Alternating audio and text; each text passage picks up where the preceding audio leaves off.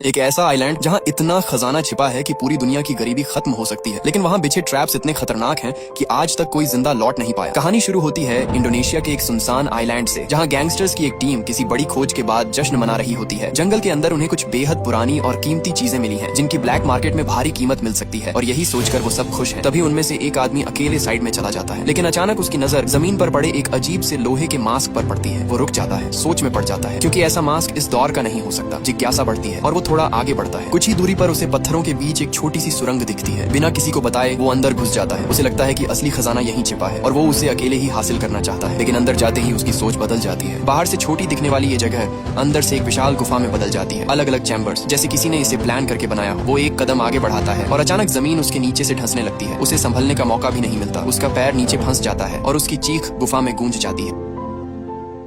अब कहानी 20 साल आगे बढ़ती है, जहां हम एक टीम को देखते हैं जिन्हें एक अजीब सा बंकर मिल चुका होता है। बैन चाहता है कि अंदर जाकर कुछ बड़ा हाथ लगे, लेकिन जेसिका हिचकिचा रही होती है। फिर भी बैन उसे साथ लेकर अंदर चला जाता है, बाकी लोगों को बाहर रुकने को कहकर। बंकर के अंदर का माहौल अजीब खामोशी से भरा होता है, और जैसे जैसे वो आगे बढ़ते हैं उन्हें एहसास होने लगता है कि ये जगह खाली नहीं है। खोजते खोजते उन्हें 2 कंकाल मिलते हैं, जिन पर पुराने मिलिट्री बैज लगे होते हैं। ये जापानी सैनिक थे जो शायद यहाँ बहुत पहले आए थे और बाहर कभी लौट नहीं पाए। जेसिका सब कुछ देखने के बाद बस इतना कहती है कि वो मंजिल के बहुत करीब है, लेकिन असली बात छुपा लेती है। वो बैन को बाहर लेकर आती है और कहती है कि अभी और आगे जाना होगा, सही जगह अभी मिली नहीं है। आइलैंड पूरी तरह सुनसान है, घना जंगल, हर तरफ ऊंचे पेड़, ऐसे कि कोई भी आसानी से छुप सके। यही वजह थी कि वर्ल्ड वॉर के समय जापानी सेना ने इस जगह को चुना था। यहाँ से वो दुश्मनों पर नजर रखते और अचानक हमला कर देते। चलते चलते टीम एक पुराने माइनिंग एरिया तक पहुंचती है। सब कुछ टूटा हुआ, सालों से उजड़ा पड़ा, लेकिन उसी के नीचे उन्हें एक छुपा हुआ दरवाजा दिखता है। अंदर क्या है, कितना गहरा है, किसी को कुछ पता नहीं। कैप्टन साफ मना करता है, लेकिन बैन अब रुकने वाला नहीं। उसे हर हाल में अंदर जाना है, चाहे जो मिल जाए। मजबूरी में सब उसके साथ चलते हैं। जैसे ही दरवाजा खुलता है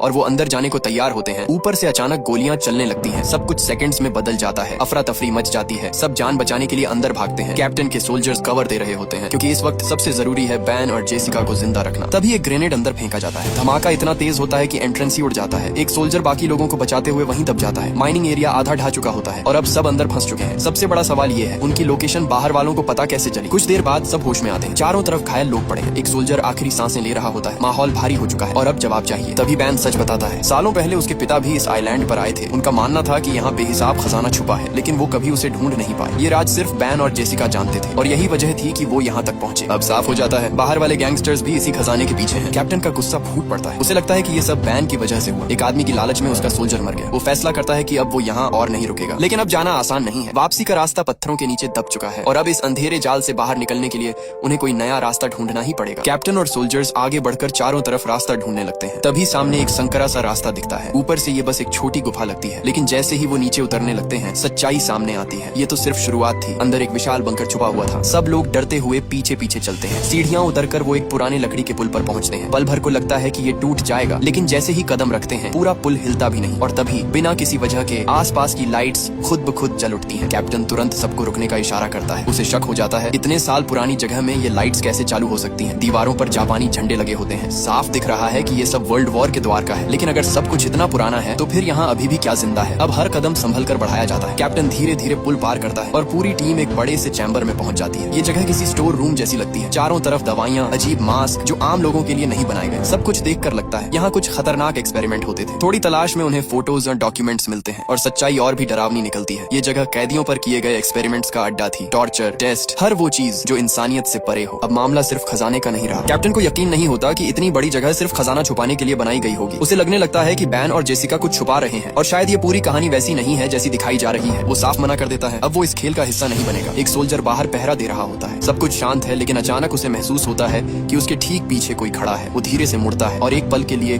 उसे एक अजीब सा इंसान दिखता है। चेहरे पर मास्क, हरकतें भी इंसानों जैसी नहीं, लेकिन अगली ही सेकंड वो गायब। अब ये साफ हो जाता है वो लोग यहाँ अकेले नहीं हैं। धीरे धीरे टीम के अंदर टेंशन बढ़ने लगती है। हर किसी के दिमाग में एक ही सवाल है, ये जगह असल में है क्या, और जिस खजाने के लिए वो यहाँ आए हैं वो सच भी है या बस एक कहानी। जेसिका अब बैन की तरफ देखती है। उसे इशारा करती है कि अब सच बताना पड़ेगा। बैन टालने की कोशिश करता है, लेकिन जेसिका खुद सब खोल देती है। वो बताती है कि ये कोई माइनिंग एरिया नहीं था। ये पहले एक हॉस्पिटल था, जिस पर बाद में जापानी सेना ने कब्जा कर लिया। फिर इसे एक सीक्रेट लैब में बदल दिया गया, जहाँ दुश्मन सैनिकों पर एक्सपेरिमेंट होते थे। ऐसे एक्सपेरिमेंट जिनमें इंसान को बदलने की कोशिश की जाती थी, उसे किसी और चीज में, किसी और के कंट्रोल में। जो डॉक्यूमेंट्स और फोटो उन्हें मिले थे वो इसी सच्चाई का सबूत थे। अब बात आती है खजाने की, जिस पर कैप्टन को अभी भी भरोसा नहीं। कोई पक्का सबूत नहीं है। जेसिका भी मानती है कि पूरी जानकारी उनके पास नहीं, लेकिन उसे यकीन है कि खजाना यहीं कहीं छुपा है। खजाने का नाम सुनते ही कुछ सोल्जर्स के चेहरे बदल जाते हैं। डर के साथ अब लालच भी आ गया है। वो सवाल पूछने लगते हैं, कितना गोल्ड है, कहाँ है, क्या सच में मिल सकता है। कैप्टन ये सब देख रहा होता है और उसे ये बिल्कुल पसंद नहीं आता। टीम बिखर रही है और वजह सिर्फ लालच है। इसी बीच उनका एक सोल्जर बुरी तरह घायल पड़ा होता है। उसकी हालत लगातार बिगड़ रही है। सबको समझ आ रहा है वक्त बहुत कम है। कैप्टन साफ कह देता है अब और अंदर जाने का कोई मतलब नहीं, पहले बाहर निकलने का रास्ता ढूंढना होगा। वो एक सोल्जर को साथ लेता है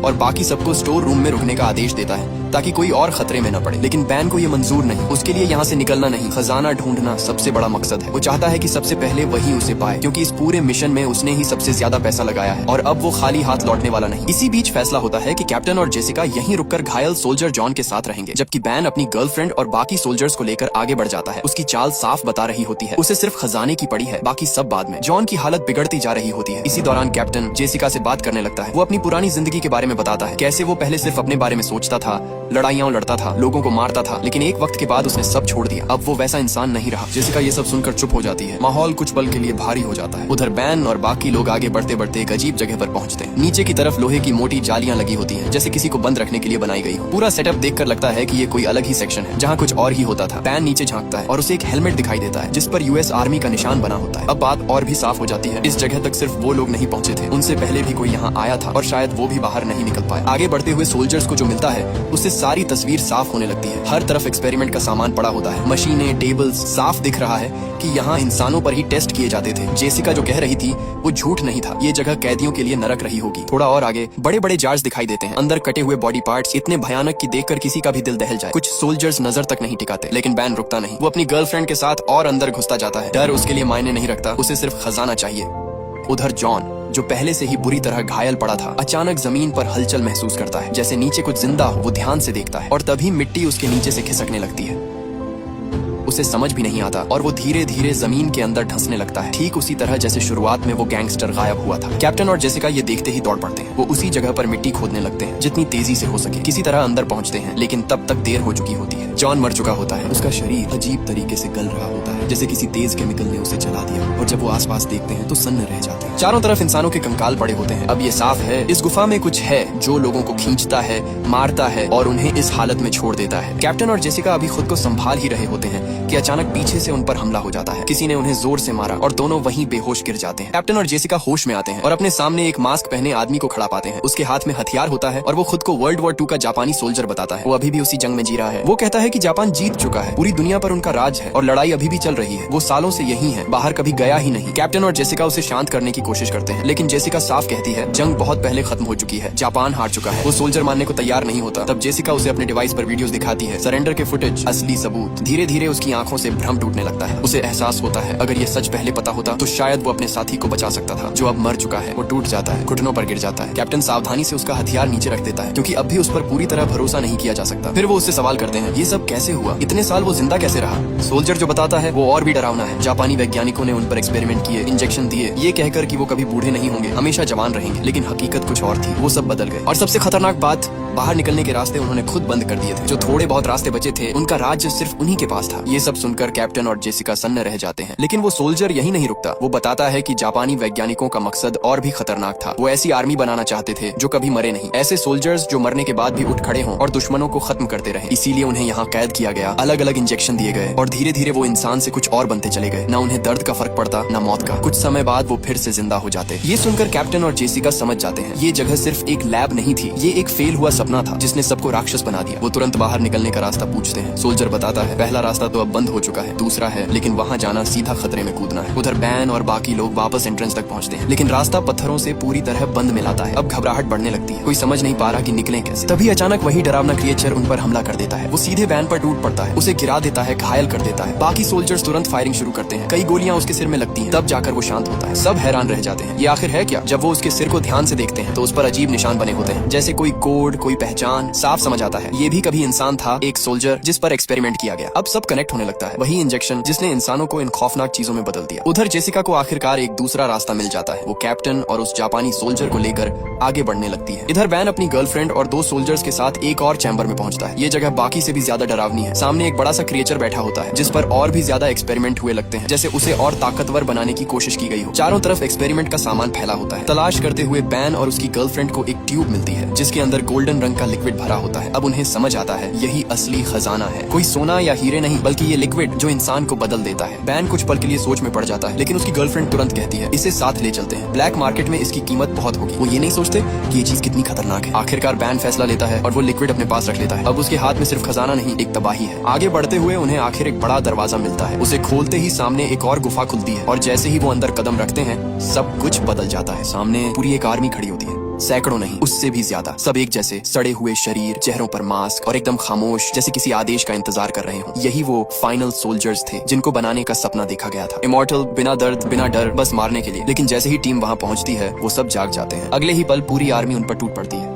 घबराहट में बैन, उसकी गर्लफ्रेंड और बाकी सोल्जर्स पीछे भागते हैं। एक सोल्जर को वो क्रिएचर्स तलवारों से वहीं खत्म कर देते हैं, इतनी तेजी से कि किसी को समझने का मौका भी नहीं मिलता। किसी तरह बचते हुए वो लोग एक चैम्बर में घुसते हैं और नीचे की तरफ भागने लगते हैं। अब लड़ना नामुमकिन है, बस बचना है। भागते भागते वो उसी जगह पहुंचते हैं जहां हर तरफ कंकाल पड़े थे, वही डरावना हिस्सा जहां लोगों को खींच कर मारा जाता था। वहां उन्हें अपने उस घायल सोल्जर की लाश भी मिलती है जो अब सिर्फ एक खाली खोल बन चुका होता है। डर के बावजूद वो रुकते नहीं, आगे बढ़ते जाते हैं। रास्ते उन्हें घुमाते हुए फिर उसी जगह ले आते हैं जहां पहले हमला हुआ था। अब साफ हो जाता है पूरी जगह में वो आर्मी फैल चुकी है, हर तरफ शिकार ढूंढ रही है। इसी बीच एक क्रिएचर बैन पर हमला कर देता है, उसे बुरी तरह घायल कर देता है। उसकी हालत बिगड़ने लगती है, उसकी गर्लफ्रेंड घबरा जाती है, उसे लगता है कि बैन मर जाएगा और उसी डर में वो फैसला लेती है जो सब कुछ बदल देता है। वो वही गोल्डन लिक्विड निकालती है और सीधे बैन के शरीर में इंजेक्ट कर देती है। उसे लगता है कि इससे बैन बच जाएगा, लेकिन वो नहीं जानती उसने क्या कर दिया है। उधर इमॉर्टल सोल्जर्स उस जगह तक भी पहुंच जाते हैं जहां कैप्टन और जेसिका थे। दोनों किसी तरह भाग निकलते हैं, लेकिन वो जापानी सोल्जर जो पहले से ही बदल चुका था वहीं रुक जाता है। वो सरेंडर कर देता है। लेकिन उन क्रिएचर्स के लिए सरेंडर जैसी कोई चीज नहीं होती। उनके लिए हर इंसान सिर्फ एक शिकार है जिसे खत्म करना है। जैसे जैसे सब आगे बढ़ते हैं, बैन की गर्लफ्रेंड अचानक अपनी ही चाल चली देती है। वो सिर्फ बैन की चिंता कर रही थी